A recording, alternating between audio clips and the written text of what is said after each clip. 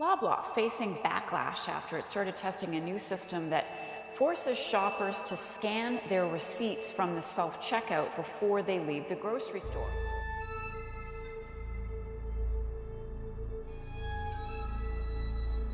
The latest round of inflation frustration is targeted at the price of poultry. A major Canadian baker and the country's largest supermarket chain are offering compensation for a decade-long price-fixing scheme involving bread. The price of food just keeps skyrocketing, and it just turns me further and further away from them. I don't ever want to go back.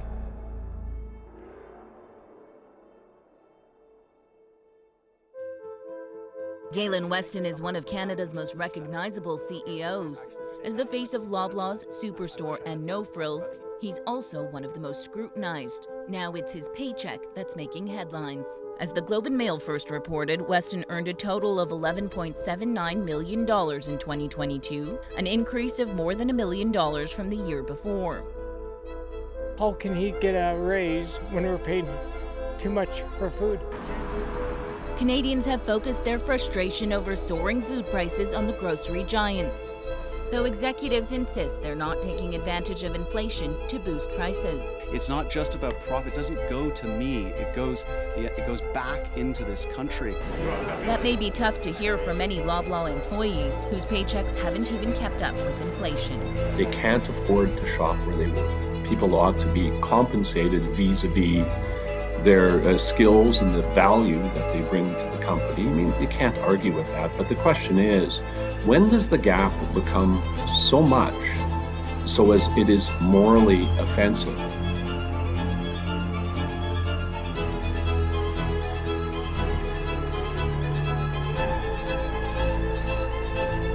Here's how Loblaws ruined my 20-year relationship. I was a loyal, almost evangelical customer of Loblaws and its stores for most of the past 20 years, sending a big chunk of my household income their way over a long time span.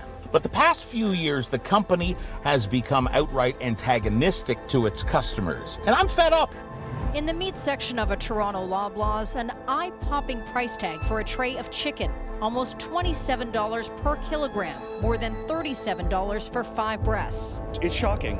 It's kind of a little bit scary about where things are going and how people's budgets manage. Online, the price was a fire starter for outrage about food prices. So this is where we're at, one person tweets, needing to buy chicken on layaway. Another incredulous shopper says, good Lord, the chicken clean your home as well? I tried to warn them. They didn't listen. And now it's not just cranks like me who are fed up. That disbelief carries through to the grocery store. That's really high. I don't know why it's that high.